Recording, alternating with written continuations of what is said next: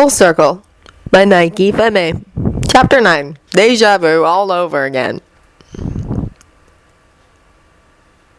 No, that can't be right. Really? Drawled Roy, eyes narrowing in anticipation as one hand reached up absently to rub at his temple.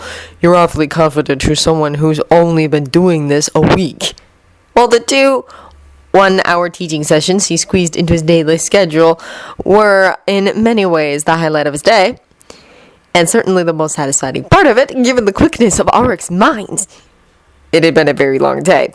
He had spent a good part of it overseeing some basic offensive training for the civilian alchemist draftees, many of whom were still going to be nothing more than cannon fodder on the front lines, he thought morosely. At least Auric's lessons had been progressing well, and his powers were easily starting to rival that of any state alchemist, even if his theoretical knowledge was sketchy in parts.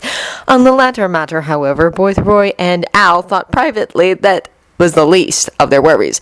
The real issue was Auric's unwillingness to actually utilize his powers. Oh, he reveled in the intellectual challenge of trying to master this new field and integrate it with his knowledge of gating.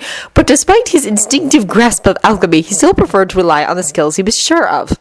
Roy couldn't really blame him. His gatekeeping skills were all Auric had known for as long as he could remember, after all. Auric snorted. Please, don't insult me. I'm suffering from amnesia, not a lobotomy. His right hand moved swiftly over the paper, diagramming a series of alchemic transformations. There, you see? Your way takes too much time. If you did it this way and then used a stabilized 5-point elemental pentagram array, you'd be done in half the time with twice the conversion ratio. Roy shook his head indulgently. That's been thought of before, youngling. Who are you calling short? Snapped Auric testily, then flushed in annoyance when he caught Roy's smirk. Will you quit with the diminutives? I'm pretty sure verbal abuse was not part of our contract. Anyway, if it's a known transformation, why isn't it used? Because no one's ever been able to stabilize a system of 5 elements.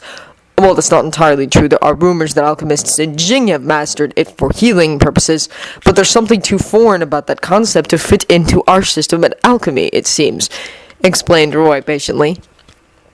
Auric looked uncertain. That can't be right. Roy repressed a sigh. Why not? The younger man shrugged. Because I do it all the time. Roy choked on a sip of cold coffee. What? Gates! They're essentially based on a similar concept to a 5-point array. You can only open one if you balance all 5 elements. Shui, Huo, Jing, Mu, Du. To achieve that stable state, we call Kong. Auric said offhandedly. He propped his chin up on his hands, looking up at Roy through long, dark lashes. He'd had a long day, too. Studying alchemy, getting a better feel for the power structure and political landscape of Amestris, helping Maze with a couple of investigations, and shadowing Al on an assignment in which the new earth-moving alchemist had lived up to his new moniker, essentially terraforming an entire barren plain while pursuing a rogue alchemist who had been holding the farmers of the region hostage to his whims by destroying their own means of livelihood. The casual way Al had transformed acres of land made Auric shudder every time he thought about it. He knew Al had control of his powers and would never use them maliciously, but it was still a little unnerving. One thing to know what alchemy could do, quite another to see it actually happening. He didn't think it would ever become instinctive for him. It never occurred to him that that was exactly what people thought when they looked at him. Roy sat back in his chair, shaking his head in astonishment. Just whenever I think I finally got your measure, you never fail to come up with something new to surprise me, full Auric. He cursed himself mentally for the slip. He really should call it a day, but he knew Hawkeye would happily put a couple of holes in his hide if he didn't finish these training exercise reports. Auric was looking at him with a dawning realization in his eyes. The overlap in your mind is increasing, isn't it? Auric asked softly. Ever since we started this alchemy crash course, or whatever you want to call it, I could see it in people's faces. Whenever I'm working on something related to alchemy, their attitudes change. It's like they have Ed back for a moment. Roy was silent, considering. Yes, he said finally. I'm sorry. That's not very fair to you. Auric acknowledged the sentiment with a resigned nod. C'est la vie. He stood gracefully, pulling his gatekeeper bearing about him like a suit of armor. Not that matters, as long as you honor our contract. Shall we take up the issue of the 5-point array tomorrow? You look tired, and I promised I would spar with Major Armstrong tonight. Roy watched the blond man leave his office, shaking his head gently at what had just happened. Auric had just upended a known scientific fact, stomped all over it, and then shrugged it off as an everyday occurrence. A prodigy indeed. Alphonse Elric leaned up against the back wall of the gym as he watched Auric and Armstrong spar. He sometimes trained with them to keep fit, but when it came to hand, he knew to leave it to the experts. Armstrong's shirt had long since been discarded, and Al swore that if he narrowed his eyes and tilted his head just so, he could see pink sparkles coming off the man's bulging, rippling muscles. This go-around, the Major had chosen a single bokken as his weapon. In contrast, Auric's body was held in a relaxed, yet ready stance, two practice size in his hands as he circled his opponent, a serene expression on his face. No alchemy was permitted in these practices, since the main focus of the two men was the training of their physical bodies. That, and no one wanted to deal with the paperwork that would be involved if they destroyed the gym. Captain Hawkeye would not be amused. Armstrong grunted as they clashed, neatly avoiding what would have been a bruising blow from the hilt of Auric's thigh. So, the General's lessons are going well. Auric nodded, ducking a swing and blocking with his size in reverse position. As well as can be expected, he's actually a pretty good instructor, but you didn't hear that from me. Found out something odd today, though.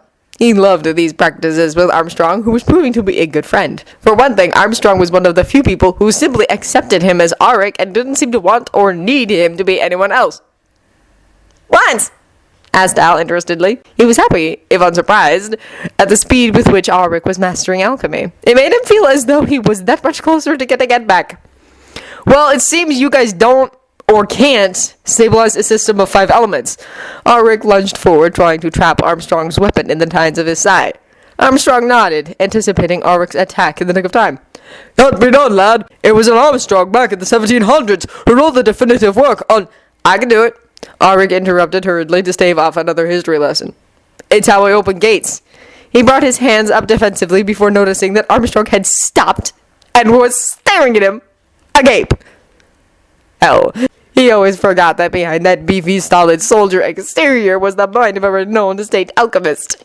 Al swallowed a couple of times, but a fanatical light shone in his eyes. Auric winced, knowing what was coming. Alchemists, obsessive bookworms, all of them! It's no big deal.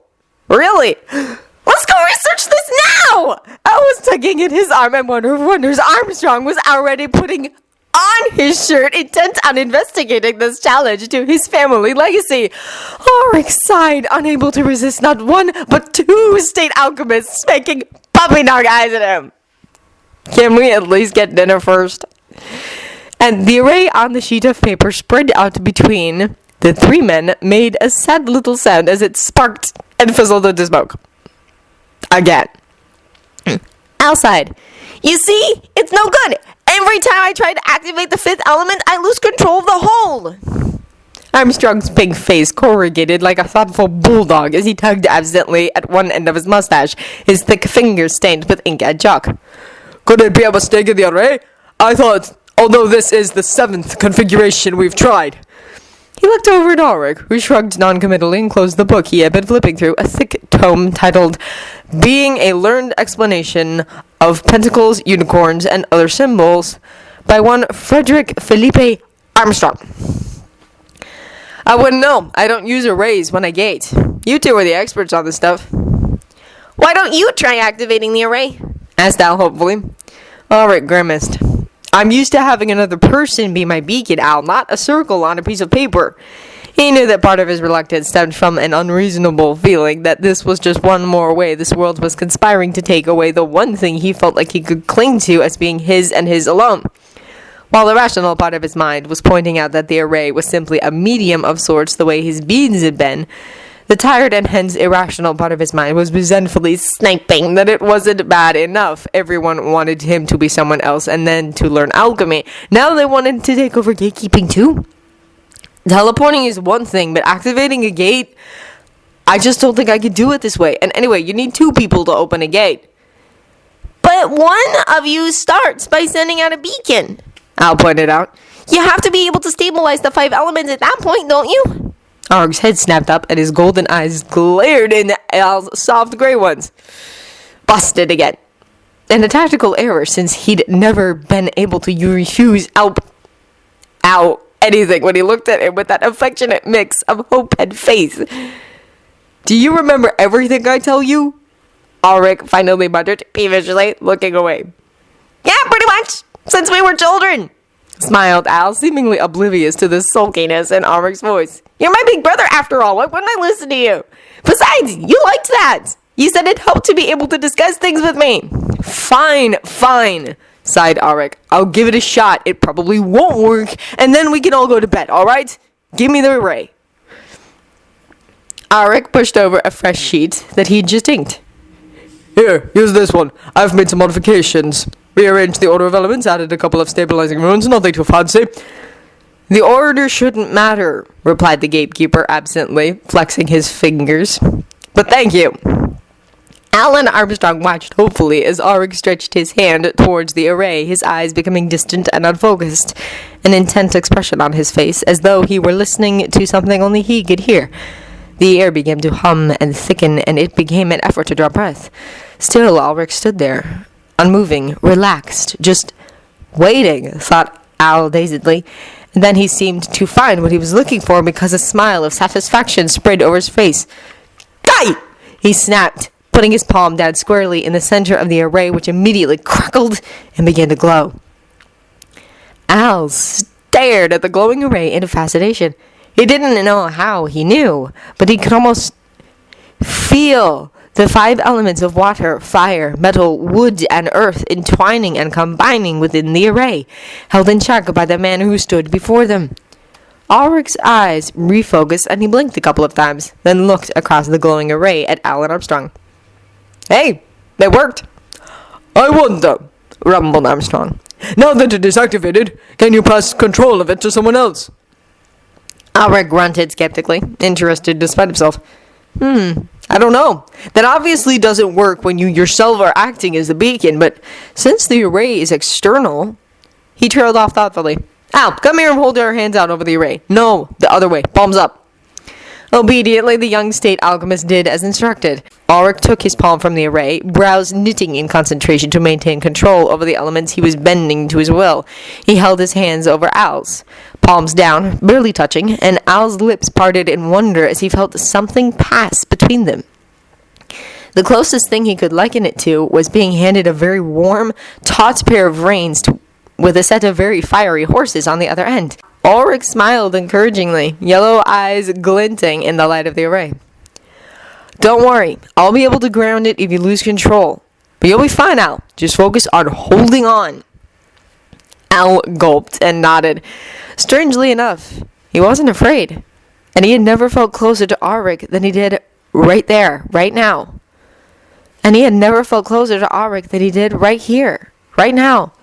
A memory surfaced. 2 little boys climbing a tall tree to get closer to the sky. The littler of the 2 looking down and starting to panic because the ground seems so very far away.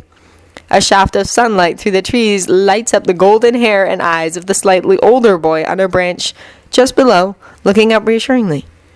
You'll be fine, Al. Just hold on, I'm right here. He had stopped shaking immediately, knowing his brother was there watching over him. And they had climbed to the very top of the tree and sat up there, watching clouds go by and dreaming of the places they would go and the things they would see. Together. Forever. Alfredskun! He realized that Auric had stepped away some time ago and that Armstrong was addressing him. Look! You're stabilizing it yourself! Really? Wow! Al gasped at the power thrumming through his hands. He stared in wonderment at the array, but suddenly blanched. I'm losing control! In a trice, Auric had rushed forward and slammed both palms to the array, gritting his teeth as he grounded the residual charge through his body and into the ground. Armstrong could feel the tremors beneath his feet as the energies Auric had summoned dissipated without a will to hold them in check. I'm sorry, Al said, chagrined. It takes a lot more focus than I'm used to having to maintain. It's so different from the usual arrays. No worries, sighed Auric, falling into a chair limply. It's hard for most people the first time, and this is outside your experience. And before you ask, yes, I was an exception. Go figure. He bit his lip, trying to slow his breathing. Armstrong narrowed his eyes, standing and coming around the table to kneel solicitously in front of him. Auric, good. You don't look well. Perhaps the strain of stabilizing the array was too much. Auric let out a harsh bark of amusement. No offense, Armstrong, but this was a piddly little beacon. I've moved armies across continents and between worlds. He took a deep breath. No, I'm just tired. I don't know what it is. Mama was always tired before she... Al didn't finish. Auric was abruptly struck by how young the two brothers looked in the flickering candlelight as they stared at each other. Too young to have seen and done all that they had done. Don't be silly, Al. I'm fine. I promise. Auric's eyes were solemn. I've never broken a promise, have I? Al's stormy gaze finally softened. No, you haven't. Oh, good, I was fishing. I wouldn't remember. Auric's brilliant smile turned to teasing. Come on, let's try this again. You've got me curious now. If I activate an array and turn it over to you to stabilize, I wonder if I can use that as a beacon to open a gate. Smiling fondly at the two young men, Armstrong decided that it would be alright for an Armstrong's work to be discredited as long as it was another Armstrong who wrote the new definitive reference work on the subject. He unscrewed his pen and started taking notes.